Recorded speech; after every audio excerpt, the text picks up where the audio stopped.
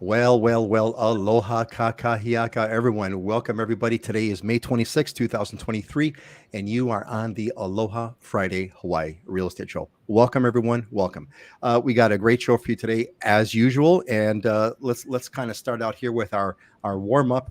We're going to be doing. We got a Hawaii music selection for you. We got news and market updates, and of course, you're followed by your excellent questions. We're going to have our diamonds and deals where we go over some great properties that want to be featured. And then we got some motivational thoughts. I've also, if you're watching this after May 26th, there's going to be a chapter YouTube channel. You just kind of click your way through directly to where you want to go. So with that, first thing we're going to do over here is we're going to warm up. That means we get our microphones going. We talk a little. We'll do a little talk story with our friends over here. See how everybody's doing. Let's go clockwise. Dylan, you and I almost have a matching shirt color for today. Almost same kind of color. Almost same color. Pretty close. What's the shirt? What's not the same pattern, but certainly the color is right there. What's going on in the Big Island? What's the shirt and what's happening? This is a Living Hula shirt. One of my friend Chrissy Henriques designs it, and they actually just bought a property that they're going to use for their storefront. So super proud of them. Local business people that have just really seen a lot of success and are moving up in the world, making real estate investments and expanding their empire. So shout out to them. Super proud and stoked for them. But it's a beautiful day over here in Kona. It's been rainy this week, but it was nice this morning. Hopefully it holds up for the long weekend. Looking forward to a 3-day weekend this weekend. Yes, the 3-day weekend. The 3-day weekend. Heidi, what's the coffee and what's going on in Maui? Well, just enjoying my morning coffee. It is absolutely gorgeous here on Maui. The oceans, that just really deep blue turquoise color, and people are outside enjoying the day. It's mango season is starting. We have some of the best mangoes in Lahaina, and the trees are just full of mangoes. So that's really cool. And also, I'm looking forward to getting my tickets for the Wailea Film Festival, which is end of June, and that's always a fun event on Maui. The outdoor, they call it the Stardust Cinema. You're sitting outside under the stars watching films. So I'm excited about that.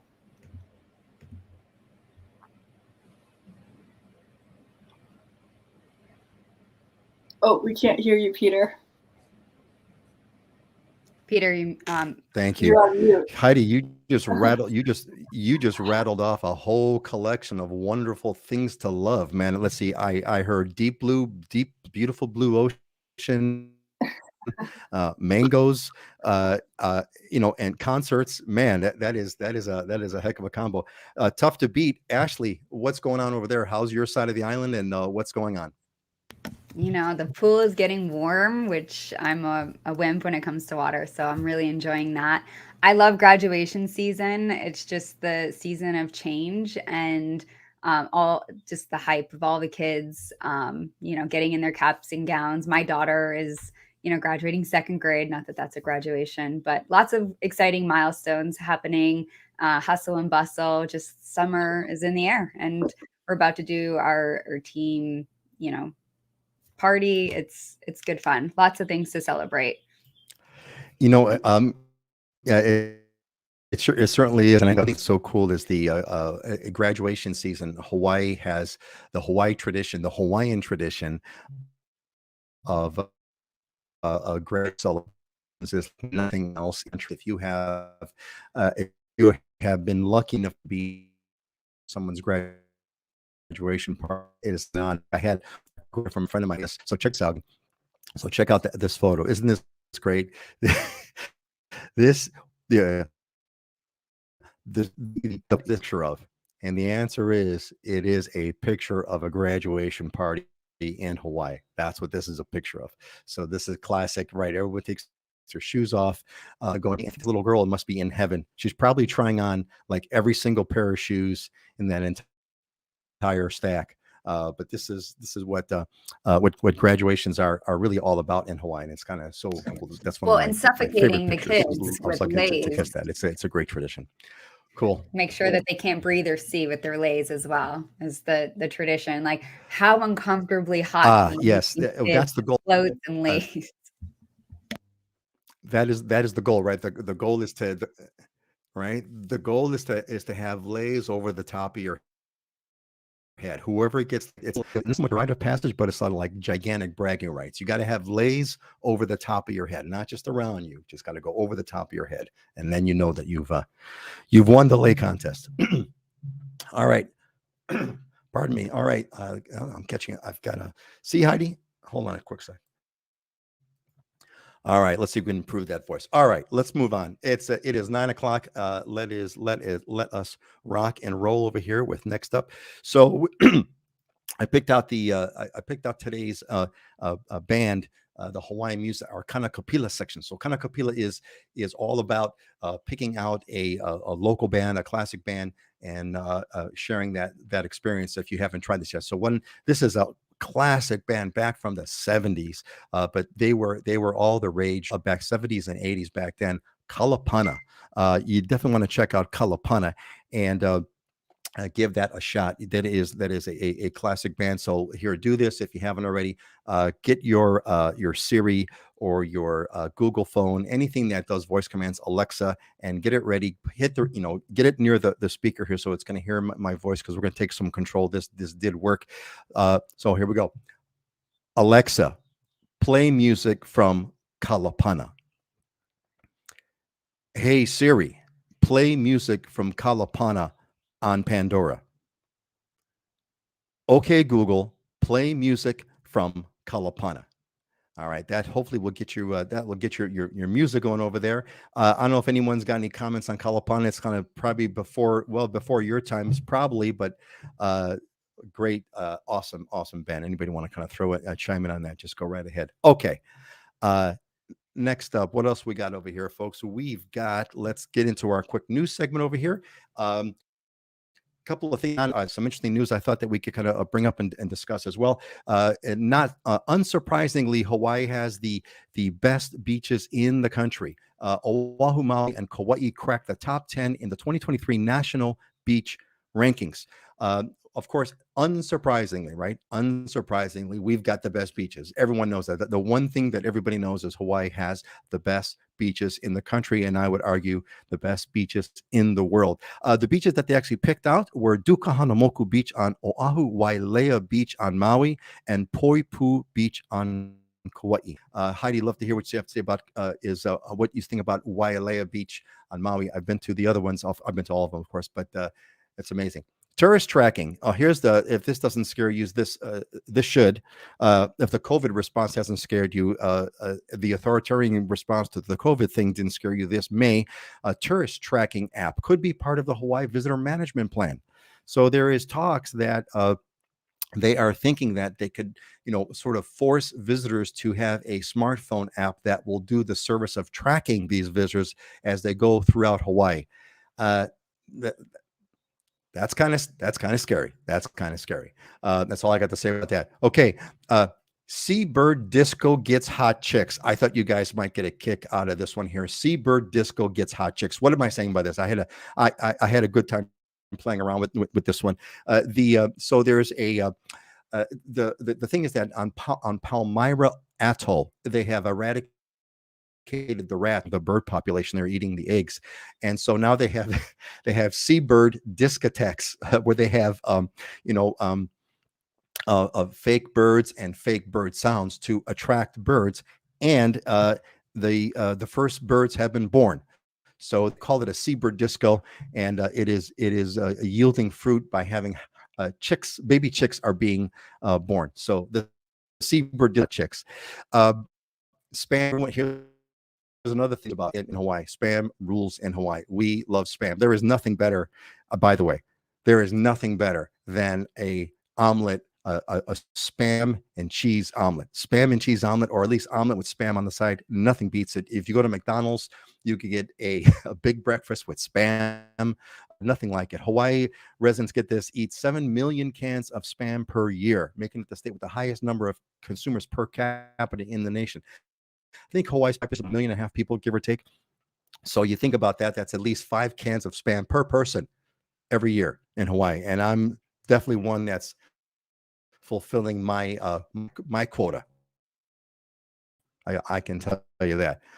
And then about vacation rental, empty vacation rental taxes, an empty vacation rental tax going on in Honolulu. City income, of course, and expand the pool of rental housing. So they're thinking about raising the property taxes on homes that have been left vacant by our own. I'll be curious if anyone's got any comment on that. And then finally, the weather is perfect.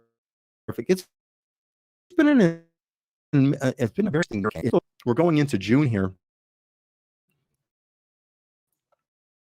And look at those nice cool temperature. I think one of the coolest, wettest year I know.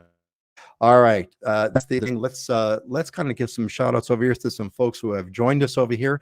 Paul says, I saw The Cure last night on Hollywood Bowl. I'm guessing it would be different to be a goth in Hawaii.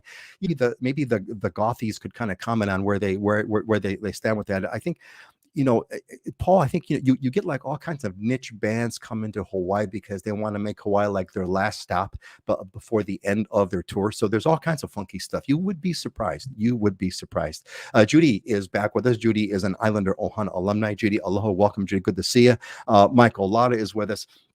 Welcome, Michael. Good to see you again. And Uncle Ray is back. Uncle Ray Dix, I'm glad that you're back with us. Great to see you, folks. If you feel like giving us a shout out, please do. We'd love to know where you're from and how you're joining us. All right, let's get to let's do some market updates. It's time to talk about. I got a couple of other things, but a couple of other photos, real quick. I want to share this. Dylan, you would get a kick out of this. Check this out, gang. I saw this photo here. This was the coolest, most descriptive photo I've ever seen. They always say that the Big Island is bigger than all of the Hawaiian islands combined. Well, here's the proof. If you see the dark outline there is the Big Island, and then inside they stuffed all the islands. I'm assuming it's done to scale, and you can see all of the islands neatly fit inside the Big Island with plenty of room left over. Dylan, I thought you would get a kick out of that one. And then another thing there is, but what I got. Go ahead. What? I'm sorry. Go ahead. No, it's a big island. It's a big. It is correctly called the Big Island for nothing. And speaking of Dylan over here, I caught this photo here. Dylan, congratulations! You want to share what you were at your shareholder summit. You were one of the speakers. Very proud of you. Everyone's like cheering you on. Dylan, what was this about? This is one of the annual conferences our company does, and it's called the Shareholder Summit because everybody in the company is a shareholder of the company, and you can publicly buy the stock. So it's the official meeting that you have to do a publicly traded company where you vote in directors and stuff. But it's also a conference where they have sessions and keynote speakers. And Ed Milet was one of them. If you haven't heard Ed Milet, he's amazing. Was one of the best speakers next to Tony Robbins I've ever heard live. But during the second day of the general session, they did a panel on customer centricity is what they called it, and how we serve and take care of our clients. And so they had a panel of agents up there, and I got to be one of them. So it was a super cool experience, in front of like 4,000 people. So it was a great honor and great experience. Totally awesome. Kid from Hawaii. And a kid from Hawaii who's done well and now is on literally on a national stage. So good on you, Dylan. Hey, why don't we kind of do this? Let's do some market updates, and then we'll catch some news along the way. Why don't we, Dylan, since you got the ball rolling here, give us a market update. What's happening? What are you observing on the Big Island? The really odd thing about the market right now is that inventory is falling. So we're at like a lower level of inventory today than we were back in July of last year as we were kind of coming out of the hot market. And so people are definitely not selling their homes is what's happening. And the ones that are for sale are still selling. So I did an interesting analysis last week about cash sales this year versus cash sales of last year, because that's something that people keep asking about is have interest rates affected the amount of people who are borrowing money. And even though there's a 40% less sales this the first quarter of this year versus the first quarter of last year, the proportion of cash to financing is exactly the same. So people are still doing mortgages and borrowing money like they did before. And if you compare the first quarter of 22, that was the height of the market. That was the lowest interest rates you could possibly get. Versus the first quarter of this year, it's a very stark comparison because the market's much slower. Interest rates are as high as they can possibly be. And didn't affect the number of people borrowing money at all. The proportion is exactly the same. So market's still rolling. We're still getting multiple offers on lots of properties. There's just a lot less for sale. So there's a lot less that is selling. And so it looks like the market has slowed down, but prices have topped off. We haven't seen any crazy increases in prices, but it's still it's a great time to sell still. Really, that's really the message we're putting out there to people is they don't want to give up their low interest rates, but if you need to move, there's still a lot of buyer demand and not enough homes to show them. Are you getting any anecdotal sort of reasons selling their homes? Is it that they think they could get they can't get top dollar for them, or any kind of sense of why? I'm just kind of curious about that. The two main reasons are one, the interest rates, right? If 60% of home buyers were home sellers first, right? They're not first time home buyers. So people that want to buy a home, if they're gonna have to give up their 2.25% or 3% interest rate to go buy it at a 6% interest rate, that is a barrier to them doing that. And then the other piece of it, which is it's just about perspective, right? Is people are like, well, I missed it because the peak was 6 months ago or 8 months ago or whatever.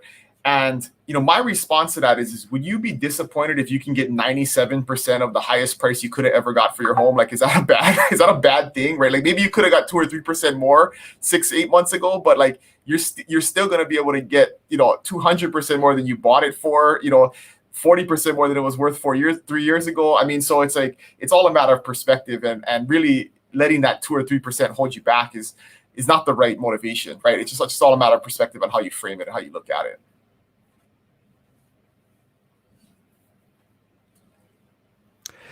Yeah, absolutely. Hey, folks, you may be getting some choppiness on our side. I'm seeing some signals saying my I don't know if how everyone else is, but just bear with us and kind of hang in there. Let's move on. Heidi, what about you? What's the market update for Maui? What do you have to share today? Sure. Well, the market on Maui remains strong and stable, similar to what Dylan mentioned on the Big Island. I mean, the actual number of sales first quarter 2023 compared to last year 2022, I mean, we're down 47% in number of units, but prices are really stable. Median prices for a condo on Maui are at $815,000, which is actually up 7% compared to last year. Single family homes were down 1% to 1145. In looking at the past few months, I mean, the number of closings occurring seems to be stabilizing. January was kind of the low with the least number of sales. We had more sales in February, a spike in March. April was a little down, and May so far, I mean, seems like we're just kind of stabilizing at this new lower level of activity, which it's driven by low inventory, but I mean, there's also less buyers. So, we're just moving along. I mean, it's a good market. It's not as nuts as before. In some ways for buyers, it's a little bit of a calmer market. I mean, there still are good properties coming on the market here on Maui, and especially for residential. I mean, I'm still seeing some opportunities. So it depends on where you're looking, but we just keep on going. I find the reason that most people sell right now, I mean, really doesn't have a lot to do with the market. I mean, they're moving, it's something going on in their lives or family lives, or some kind of long-term plan that has nothing to do with the immediate market rate, the immediate interest rate. There's so many other reasons for selling. So I mean, there's always going to be people buying and selling. There's always going to be people buying and selling. Well said, Heidi. Hey, folks, I'm getting some questions that are popping in, which are great. I'm gonna hit those questions right after we finish with Ashley. So if you do have any questions about this segment, please pop those in now, and I assure you I will get to all of them, as well as giving the shout out to like Mark, for example, who is coming from Mililani Town. Hey, so Ashley, give us the update for you've heard from Dylan saying there's been a slowdown of people selling, the inventory is going down, which means prices are going to stay. I don't know. I guess I don't know if it'll go up or not, but supply and demand. And you got Heidi, which is like, okay, things are kind of cruising. It's not as crazy, but it's a good market. What's your take on what's happening on Oahu?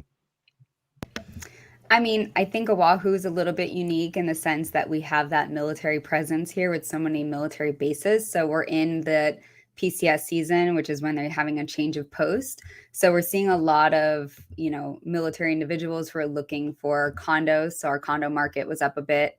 Overall, though, we do still see a decline in closed sales. So we closed out April at 674 sales for single family and condos versus March, which is 738 sales.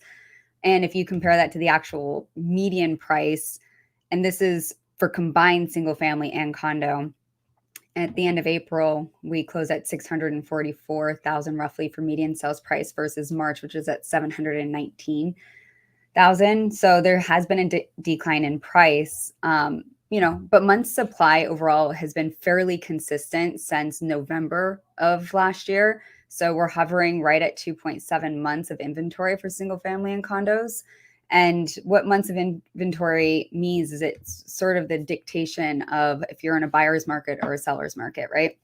If you have 6 months of inventory or less, which means if no new houses came on the market based off of the current sales rate, that's how many months you'd have before you'd have no inventory of sales. Anything below 6 months of inventory is dictated by definition as a seller's market. Anything 6 months and above is a buyer's market.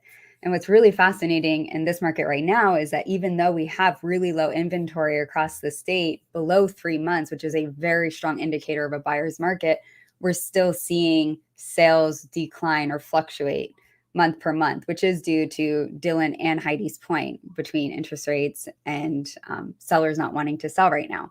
So it's, again, I like to say it's a seller's market with a buyer's bubble. Overall, though, we have seen an uptick in some condo sales. Anything under $1 million is still going hot. We're probably going to see that go until June or July because we have that PCS season and the our summer market.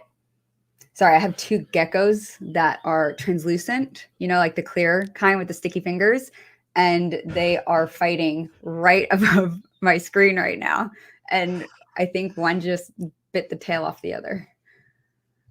Very distracting. I was trying so hard to concentrate in my too bad. I was going to ask you, can you kind of move your webcam and kind of give us a live shot? I want to see a live shot of a gecko battle. That would be really so cool. They just stopped.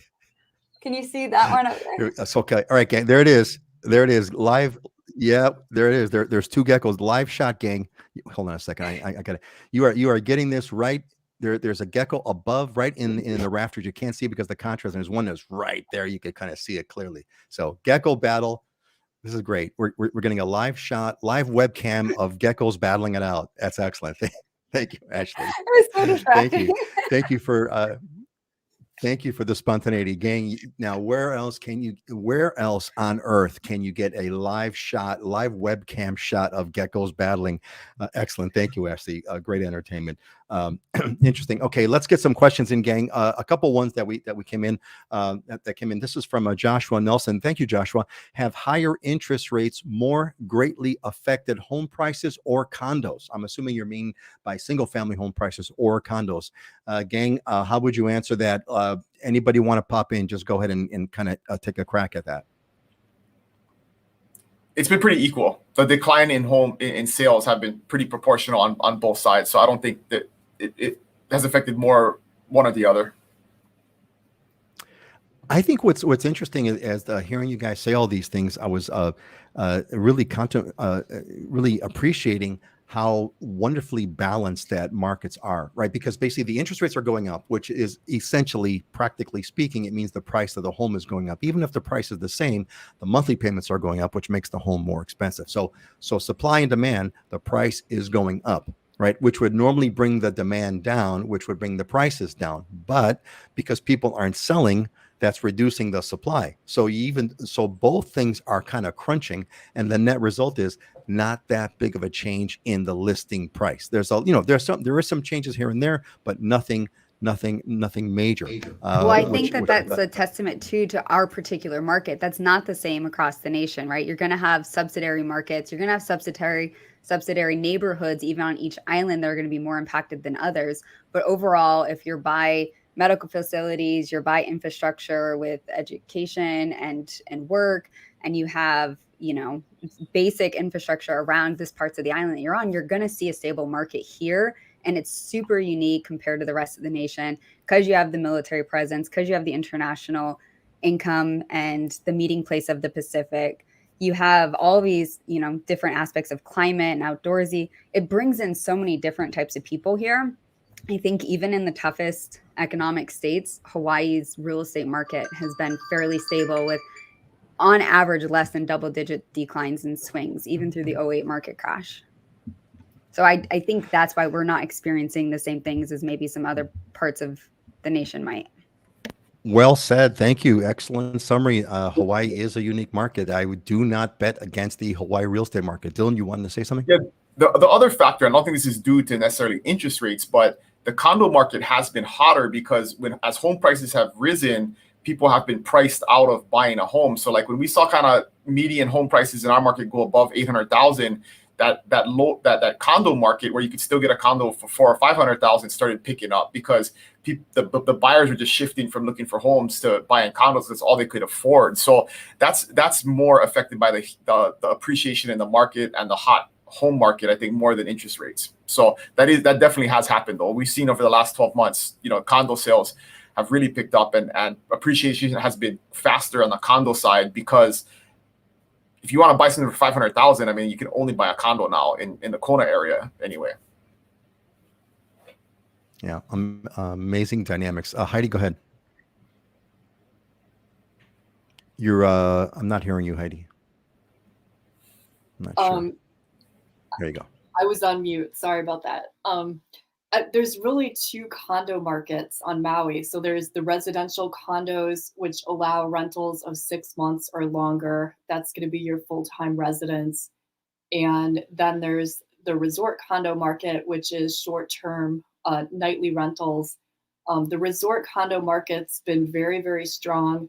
I mean, another condition in our market is, over this past year, nightly rates for vacation rentals have gone up significantly. In some cases, 25, 35%.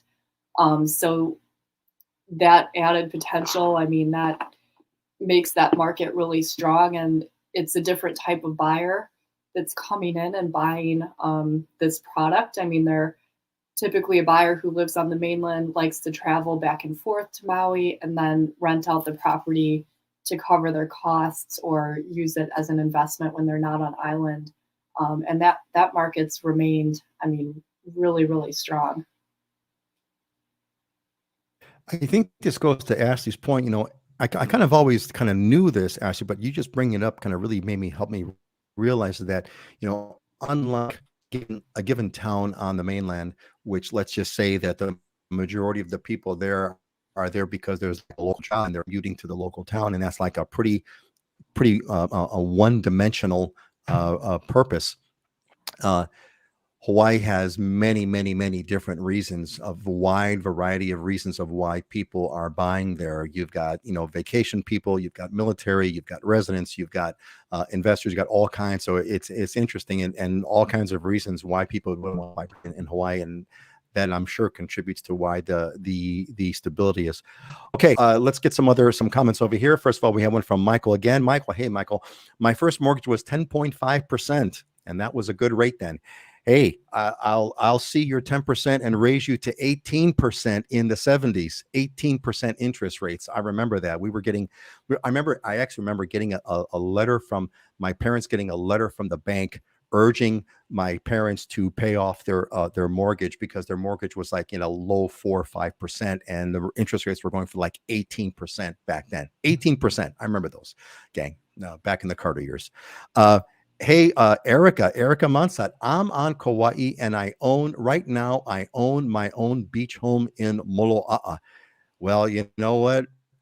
Bless you. You own a beach home in Moloa'a. That is about as cool as it gets. You're racing on your way to the top of the heap there, Erica. God bless you. God bless you. And we have I can't make that up. My eyes are too. I get some kind of a cool shaka type of an icon from Mary Jean Morris. Mary Jean, welcome. Good to have you on the show. All right. Is that a friend of yours? Speaking of which, I forgot to. So Ashley, is okay if I show that picture with you and Auntie Jean? Auntie Jean has not said anything yet. I don't know if she's here with us, but it's okay if I share that picture of the two. You want to talk about that? Yeah, definitely. I really appreciated her coming. Yeah, absolutely. Yeah. Why don't you kind of share with here it is. Go ahead, go for it. You throw in your comments and then I'll add mine. I had the grand opening of our new office in Hawaii Kai next to Roy's, and it was a beautiful celebration. And Peter came to say hi. Dylan mailed flowers to our office that were just stunning and gorgeous and half my size. And, you know, Auntie Jolene, she came to say hi and gave a hug. And she took, I think she said 4 buses from the west side and half the day to come all the way down, and the address is 1 letter or 1 number off. So she walked then to the other side of the complex because it's a big shopping center. And the point is the tenacity this woman had and the grit that she had to come and show up and just hang out for 20, 30 minutes before she had to turn around and take a bus all the way back. And I think Peter mentioned she just had her 80th birthday as well. And dang, doesn't she look good? Like, I hope I look that good because I would have never guessed it. And she had so much energy and light coming from her. It meant so much to have that support, from this group that you've created, Peter, and what a beautiful culture and, dynamic of community that you have built here. And just to have her come and support, me and you as well, just meant the world to me. So I got to Very capture well, the moment before she left. very well said. I cannot cap that. That, folks, is Auntie Joan, who is a rock in the Islander Ohana, and that is correct. Kelly, yes, it's not 60, it's 80. Auntie Joan turned 80, and she looks terrific, and everyone loves her. She is right. She is just a rock for on at the Islander Ohana. So thank you, Auntie Joan, for being a part of it. It was great to see you the other day. If there's an Islander Ohana get together, Auntie Joan's going to be there, which is really cool. And we also we actually had held a 80th birthday party for her. It was great. A large part of the Islander Ohana showed up. We had a fantastic time. So good on you. Good thing that you did it. It was great. It was a great party. By the way, there was an amazing party. Everybody. Ashley is a co-owner of a co-working space on Oahu with a beautiful, gorgeous ocean view, fabulous location right by Mauna Lua Bay in East Oahu. Ashley, I hope that's doing well. It was great. You guys had a fantastic. That was one of the best grand opening parties I think I've ever been to. It was so much, and at the end, you missed it, Peter. Let's move on, gang. It's hey, look. I heard about the stargaze, the call to stargaze. And so what did you guys do about that? Where did you guys, you guys went to run the sandy beaches for stargazing, or where? No, in the middle, like atrium area, when you walk down the walking path, they let us set up there, and it was a massive telescope, like a really large professional level telescope. And you had to walk up a ladder and look through it and look at the moon. And it was so cool, and the kids loved it, and everyone just stayed. And there was a sushi station, and alcohol station, and catering, and ice cream, and just people didn't want to leave. It was a good time. Live music all night, but the moon was my favorite part. I have a moon of my daughter right here. So yeah, I could see why they didn't want to leave. I could see why they didn't want to leave. It was amazing. It was amazing. It was amazing. It was great. Hey, we got a question from Uncle Ray. Ray is who has a home on the Big Island. What is the effect of selling a single family home furnished versus unfurnished? New teak and bamboo. Does it matter? Does it help? Anybody who wants to take this one? What's the difference? I mean, I can start. And Can you hear me? Okay. A, go a for it, lot of honey. homes. Start. Okay. A lot of homes on Maui actually are sold furnished and turnkey, and that certainly can be a value to a buyer who's coming from the mainland, can just move in right away. Um, it really depends on the market segment. I mean, if somebody already lives on Maui and is moving into a home, you know, they might have their own furniture, they might want to do their decor. But often in vacation rentals and also high-end luxury homes, you will see properties sold fully furnished and turnkey, and that's definitely a benefit. Um, in some cases, I mean, depending on the quality of the furniture, acquiring somebody's old furniture may or may not be um, an advantage or a value. And whenever a property is sold furnished, I mean, the lender who's doing the loan cannot assign any value to the furnishings. So the furnishings are essentially just considered a convenience. And if it is something that is actually a value, you could do a separate bill of sale to purchase the furniture. So it just depends, you know, what the buyer and seller want to do. Depends on what the buyer and seller want to do. Ashley, what about you? What's been your experience with selling homes furnished versus unfurnished? You know, we don't, Oahu is just not as friendly on the vacation rental front as I know Maui and the other islands can be. So for us, if you're going to do midterm, you know, rentals, and it seems like it's a good zoning or a neighborhood for that, then it could be favorable. If you're selling something, for example, Waikiki or Turtle Bay, it could be favorable. I've done it a handful of times, but overall, vacant, cleared out, and ready to go again, because we do have such a strong military presence here. They already have household goods. So just depends. Closer to the beach, probably, you know, people want it furnished because they're going to use it for a second home or a rental of sorts. But otherwise, we typically see unfurnished. And they have to be sold, especially if it's financed, it has to be sold separately anyways, because you can't put an inventory list and you can't put your inventory in the purchase contract, because lenders don't want to fund furniture. They don't want to fund things that are not attached to the home. If it's cash, it's no problem. But if it's not, then you have to have a separate agreement that's often not directly tied to the purchase contract, so lenders don't see it. So I'm hearing vacation rental, maybe if it's going to be a kind of a residential home, probably not. And there's some not complications, but the banks don't want to finance the furniture. Dylan, actually, Dylan, Ray is in the Hilo area. So what would you how would that apply to especially for the Hilo side where Ray's at? It completely depends on the buyer, right? I mean, if it's a buyer that wants to come here and just move right in and bring their suitcases, it's very attractive. But if it's somebody who's got their own stuff and they're coming with a container, they're not going to want it. So it works both ways. I tell sellers when that's an option, let's just put it in the listing as an option, right? If you want the furniture, we can negotiate for it. If you don't want it, we'll have it removed and make it as easy as possible on the buyer. But it really depends on what the buyer is going to want. I think the option's a good idea. This way there's flexibility. People aren't forced into it. If you don't want the furniture, you don't get it. If you want it, you get it. The issue great input. The issue always becomes, right, the seller thinks the furniture is worth way more than the buyer's ever going to pay for it. So it always becomes a sticky issue because, you know, seller thinks it's worth 50 grand, the buyer wants to pay 10, and it's there's never any agreement on that, what furniture is worth. And when you're buying a furnished place too, it's really important to get an inventory list of exactly what's going to be included and make sure the seller's not just going to leave all their junk.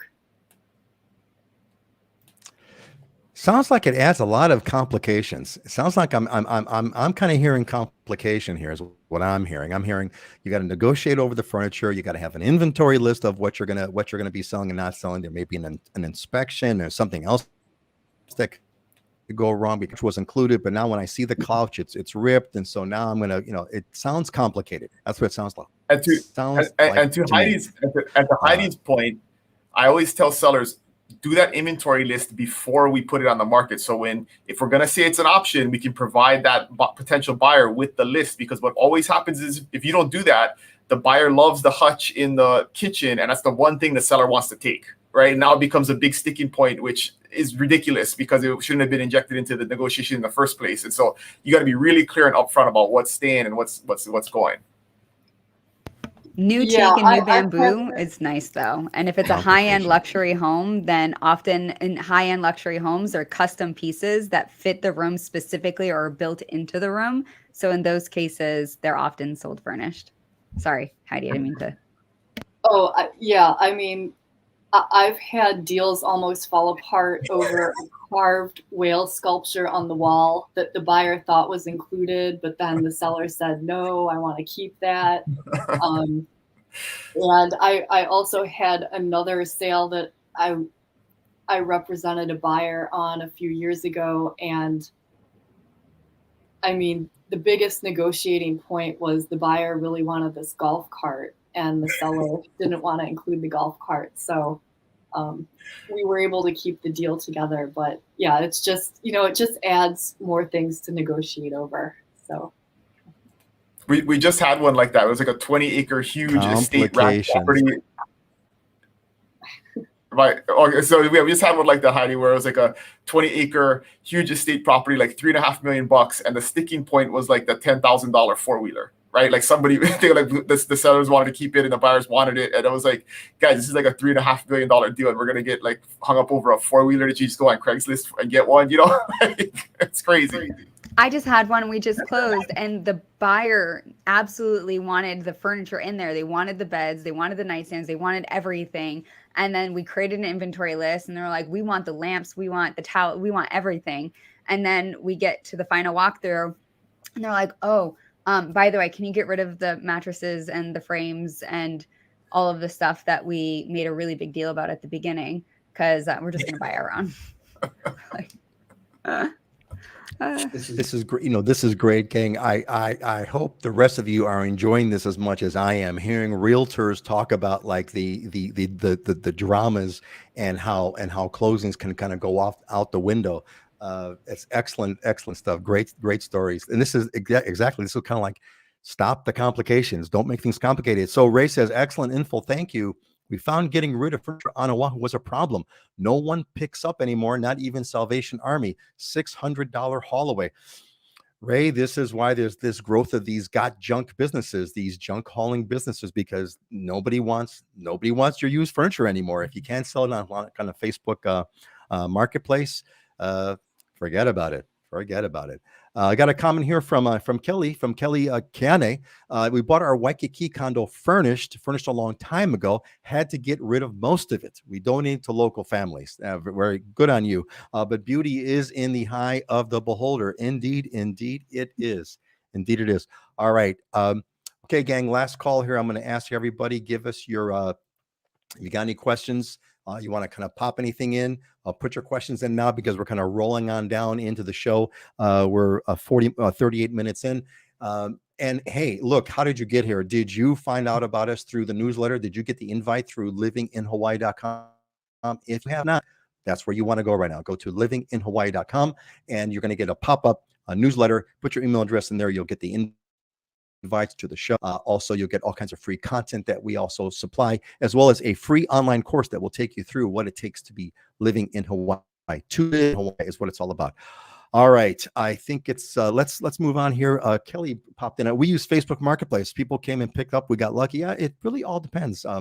Facebook Marketplace seems to have taken over Craigslist, thankfully, because Craigslist was getting kind of scammy and spammy. All right, let's spend a few minutes on the big topic for today. So at our last exciting episode, gang, we talked about rentals from a renter's perspective. I want us to kind of do the other side of this and talk about owning a rental. There's a bunch of, and I'm going to wrap up a bunch of slides that we had about this. So for example, here's a couple of kind of sample questions I want to kind of round up here. So Bill from Fort Worth, hey, when's a good interval? What's a good thing on timeshares, pros and cons? What are the pros and cons? I'm looking for, when's a good time to invest, and is this a good thing? I'm thinking about owning a condo and renting it out for the time I'm not there. Timeshares, do they make sense? There's one question. Here's another one. From Debbie. He says, "Hey, is it possible to buy a condo in Hawaii with 10% down and able to do short-term rentals and make enough to cover all the costs? A cap rate of 5 to 10% would be ideal, but I would consider breaking even would be okay." There's another question. So here's another one on the tax side. Jan saying, "Hey, it's been mentioned briefly in the past, but can you please expand on the difference in property taxes for owner occupied versus a rental property?" And then Michelle from Oahu. Hey, can you talk about the impact of real estate sales and investors on Oahu regarding the rental restrictions from 30 to 90 days? That would be another kind of a question that we're getting. Here's another one. Hey, what should we put the deed if we're going to do a title for the property? Should we put the title in LL the property? I'm thinking about resale. And here's another one. Lucrative rental. I want to purchase a condo on Oahu property on Oahu. So there's all these kinds of questions that we're getting about this, and I think I kind of broken it down to these 4 key areas. So one of them is like, okay, and the con of vacation rentals. What's your advice on that? 2 is how do you make the numbers work? What's the rule of thumb? What should people be looking at to make the numbers work besides the obvious, which is pay enough of a down payment to kind of offset your rental expenses? Do we have any kind of a rule of thumb? Tax differences. Is there anything to consider on vacation rental tax differences versus not? Short-term vacation rental, STR, short-term rental restriction risk. Is there anything going on about that? So can you guys why don't we kind of do, let's go from, I tell you what, no, let's split this up. We're going to go from Heidi first, then Dylan, then Ashley. What do you want to share about, anything of this on these topical areas regarding vacation rentals? What can you share about this from an owner's perspective when it comes to vacation rentals? Heidi, go ahead.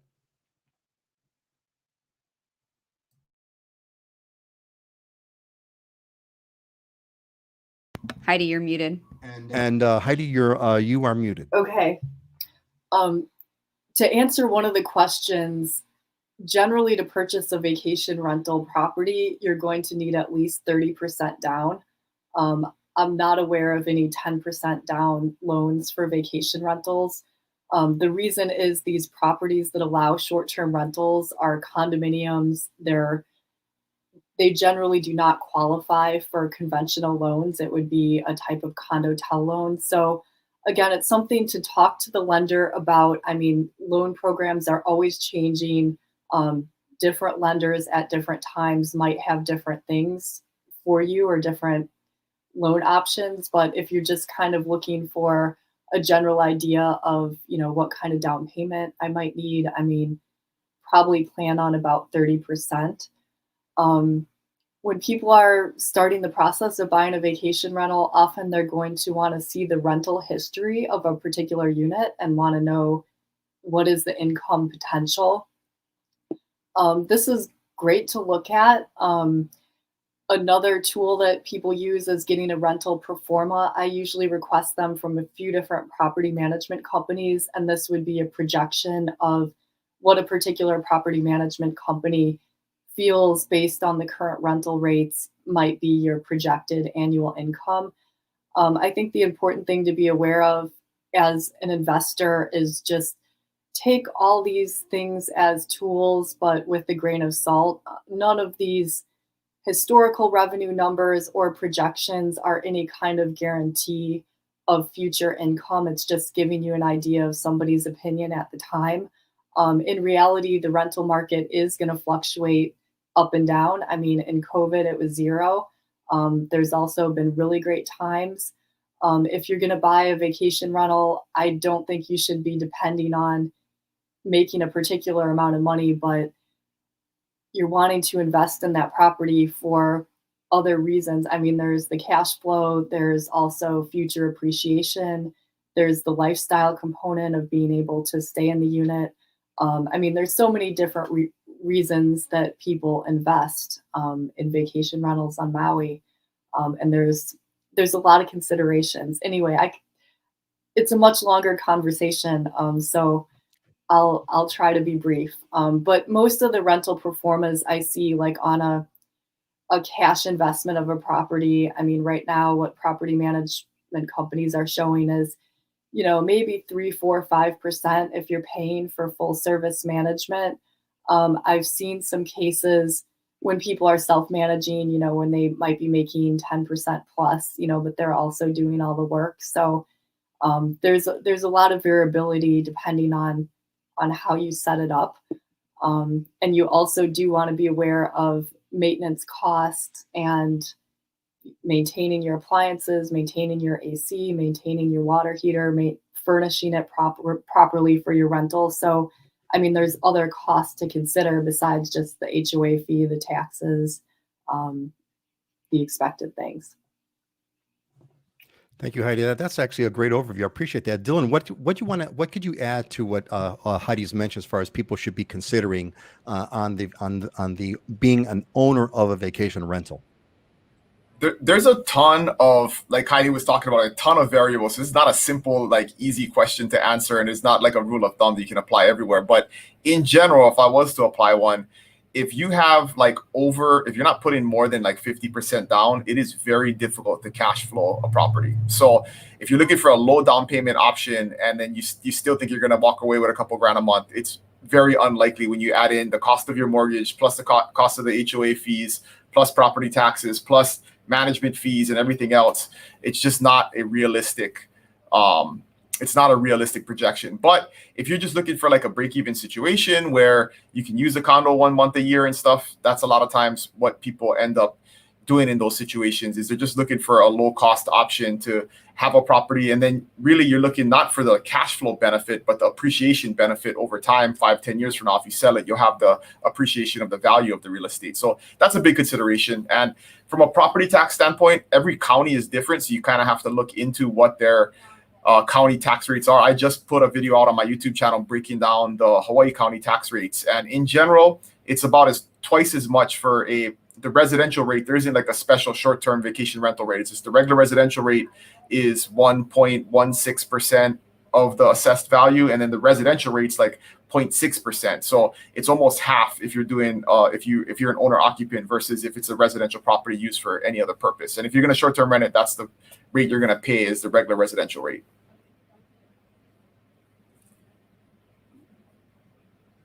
Thank you, Dylan. That's great things to add. Jessica Morris popped in something over here. As long as it's not a global pandemic, be careful of yourself, pandemic or not. Either way, don't over leverage yourself. Not a good idea. Now, Ashley, you're a big fan of rentals. You talk about it a lot. I think you've done a lot of activity in this. I'm looking forward to what I'd like to highlight about owning a vacation, owning a rental on Oahu.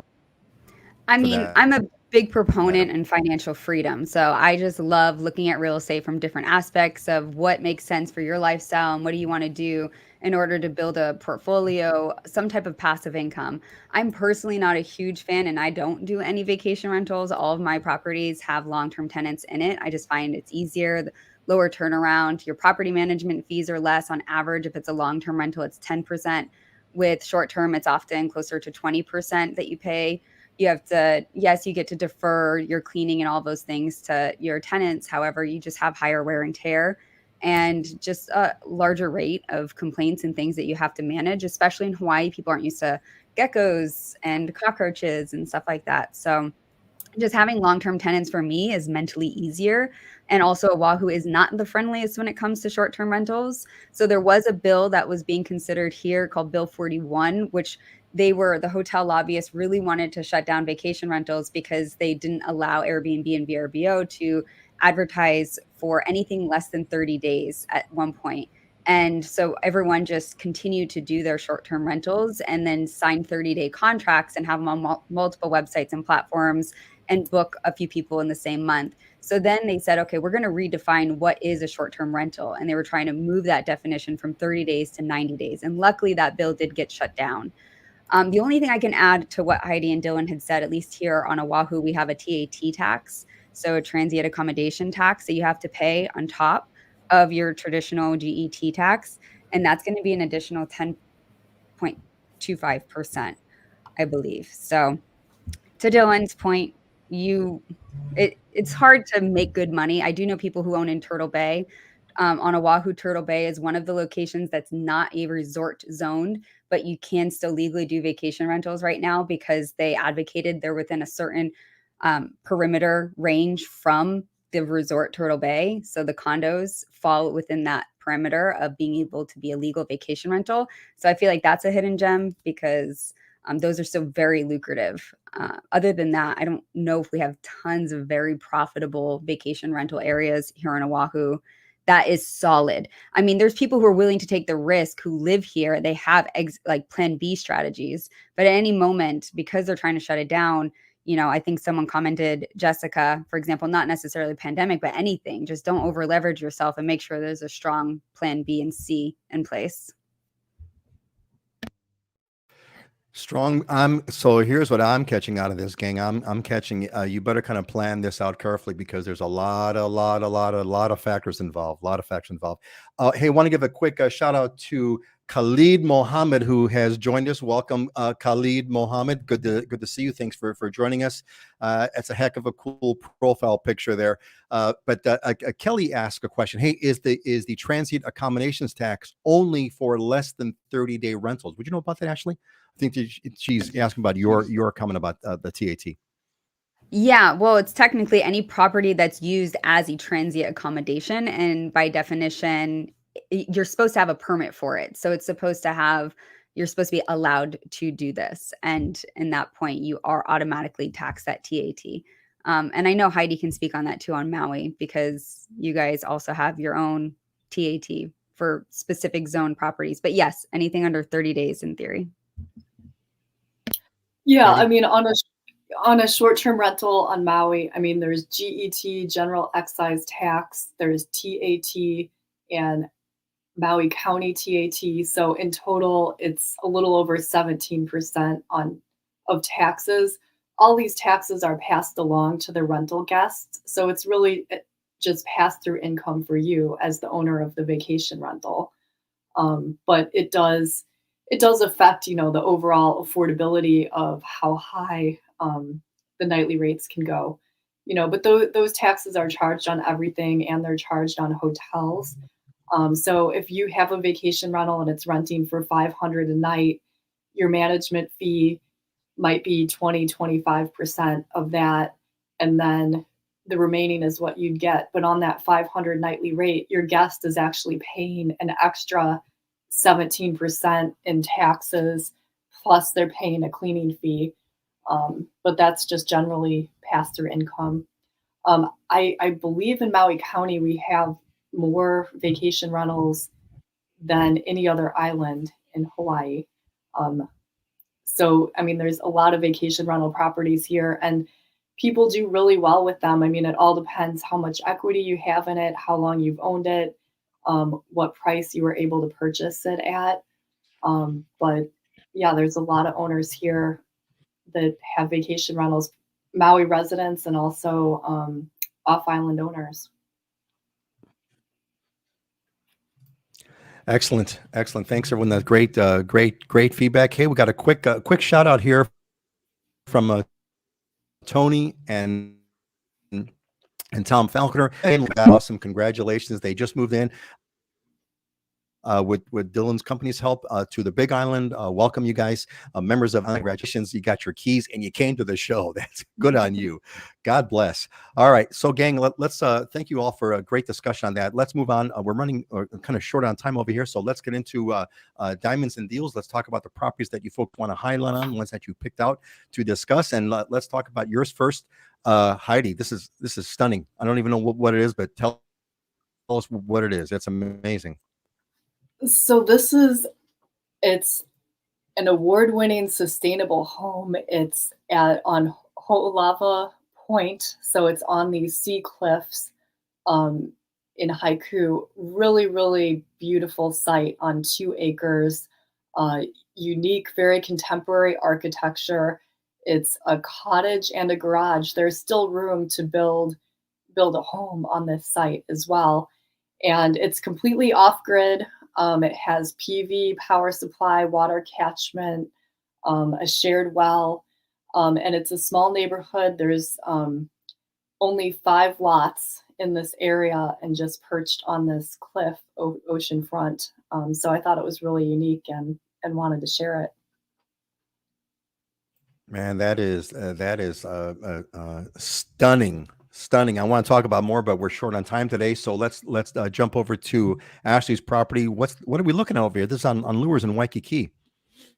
Yeah, we have a bunch of beautiful listings coming up, but I could not pass up highlighting my girlfriend and fellow EXP agents listing here at the Aloha Towers. It's on Lewis Street. It's a 1-bedroom, 1-bath, pet-friendly, VA-approved building. But what's so amazing, the actual unit is just under 800 square feet, but the lanai, it's a wraparound lanai, this corner section you can see in the bottom right corner there, and it's over 1,700 square feet of lanai space in downtown with parking, and just has everything you could possibly want. And the HOA fees are, around 1,400 and a little over 1,400, but it includes everything: electric, water, cable, everything that you would need. So it's just a really nice, like, just move in, don't have to focus on anything besides living your best life in downtown. And I thought the price was fantastic for that lanai. I'm an outdoor person. We eat outside here, and $665,000 for this beauty. I just loved it, and I wanted to highlight it. I'm kind of losing my mind right now. You mean that gigantic lanai on the bottom that looks like a resort kind of a thing that's off of that one unit? Yes, right? Oh my You can God, that's see crazy. where you have like it breaking off and you have storage to the left over there. So like you can even tuck things to the side so it's out of your view. And you've got the pergola so you can shadow yourself from 665,000. This lanai is bigger than That's crazy. almost double the size of the unit. I was gonna say 1,700 square feet is bigger than most homes in Hawaii. Most single family homes are not that big. The old homes, they're not 1,700 square feet. So I had downtown to and is pet that not a friendly. typo? Like, And down, crazy. man, gang, run, don't walk, run, don't walk. Dylan, what do we got over here? What are we looking at? Man, did we pick the right topics or what today? Dylan, what is this? Jesus. Yeah, so Holy the other end of the spectrum, right? So this is in South Kona, about 45 minutes south of Kona. So it's very rural, but it's one of my favorite areas. I think it's a hidden gem. This place, Honolulu Acres, is a beautiful area. All of the lots are like 5 acres plus, and this is an amazing property. It's got 2 homes on it, so it's got a main home and then also an ohana that they use as a hosted short-term rental. So they live in the main home, and then so it's not it doesn't have a permit. You don't have to get a permit. You can rent it because you have to live on the property. And then it also has an additional tiny home that someone could live in, an in-law or somebody could live in, or you could also short-term rent. It's got 5 acres. It's got like 70 avocado trees, producing avocado trees, tons of other fruit trees. It's fully fenced. It's got a separate little pasture you can see on the right side of it here where you could put a horse and they have goats and sheep all over the property. It's an amazingly cool spot. So 1.1, almost 1.2 million, but just beautifully maintained. Just huge opportunity if you want really country living in Hawaii for an amazing price and sweeping ocean views from both the homes. So it doesn't get better than that. It doesn't. You know what? I tell you what. The only thing that gets better than that is the variety that we saw today. I just absolutely love that we have this like insane, right? We got this insane, stunning home on Maui. We got like this killer deal with the craziest round lanai I've ever heard of in my life, 1,700 feet. And then we got this like, oh my God, can we just kind of like live there for the rest of our lives now, honey? Great job, you guys. Excellent. All right, gang. Hey, gang, you guys gotta jump on this one right away. All right. Hey, listen, we're going to close up over here. We got our closing thoughts. If you want to share yours, you know what this is, gang. We talked about our kind of closing motivational thoughts popping in. By the way, wanting to let everyone know that our next show is going to be June 23rd. So we're not in 2 weeks, but next month. So for Dylan and Heidi and Ashley as well, we're not going to have the next show in 2 weeks. We're going to have the next show in 4 weeks, June 23rd. Make sure you wear that, and let's get it. Let's get with it. Dylan, what is your thing today, and why is it meaningful to you? Yeah, I got this from the conference I was at last week. If you want to keep what you have, you must give it away, and it just applies to everything in life, right? If you want to keep your wealth, you should give it away and share it. If you want to keep your knowledge, you should also give it away and share it. And really, applies to anything that we have in life. So I just thought that was a really cool way to think about the blessings that we have. Is we have to share them. Boy, that is really a somewhat of a counterintuitive thing, right? How can you keep it if you have to give it away? But well said. Thanks for that sharing. That's a good mind expansion. Heidi, what's yours today? If you wait for the perfect moment when all is safe and assured, it may never arrive. I think this is a great thought. It's important to know what you want in life and what's important to you and go for it. I mean, there's always going to be uncertainty in the world, but you just need to move forward, because when is everything going to be perfect? When was everything perfect? I mean, there's never a perfect time. Never a perfect time. That's why the best time to do it is right now. Excellent. Thank you. Thank you, Heidi. Ashley, share us yours. Open your arms to change, but don't let go of your values. I'm experiencing a lot of change right now, and change is challenging. But no matter what, I'm grounded. I have my values, and I'm rolling with it. So, it just touched to my personal life at this moment. Well, thank you, Ashley, for sharing about that. Yeah, that's change is what it's all about, and sometimes your values. That's kind of really. That's at the end of the day. That's really all you've. In some ways, right? That's all you've got is your values and what grounds you. What is it that grounds you? All right, I'm going to close up with mine. As you all know, here's my proverbs for this show. Better is a little with righteousness than great revenues with injustice. I just can't get over how much amazing things that you get from this book. It is my favorite book, and I think kind of speaks for itself. All right, gang, I think that's going to be it for today. It was a little bit rocky. We had this kind of weird internet connection. I hope you all had a pretty good thing. We had great properties as usual. Never ceases to amaze me. Why don't we say goodbye? Let's do it counterclockwise. Ashley, then Heidi, and then Dylan. Say goodbye. Aloha, everyone. Have a great day. Thanks for joining us. Aloha, everyone. Have a great weekend. Yeah, have an awesome long weekend, everybody. Happy Memorial Day. Yes, Memorial Day. I almost forgot to mention, to those who have fallen, to those who have made the ultimate sacrifice. We all have. We are in your debt forever. May your memories be eternal. Have a great weekend. Venerate our friends on Memorial Day and recognize that day for what it is. Have a great one, folks. Aloha.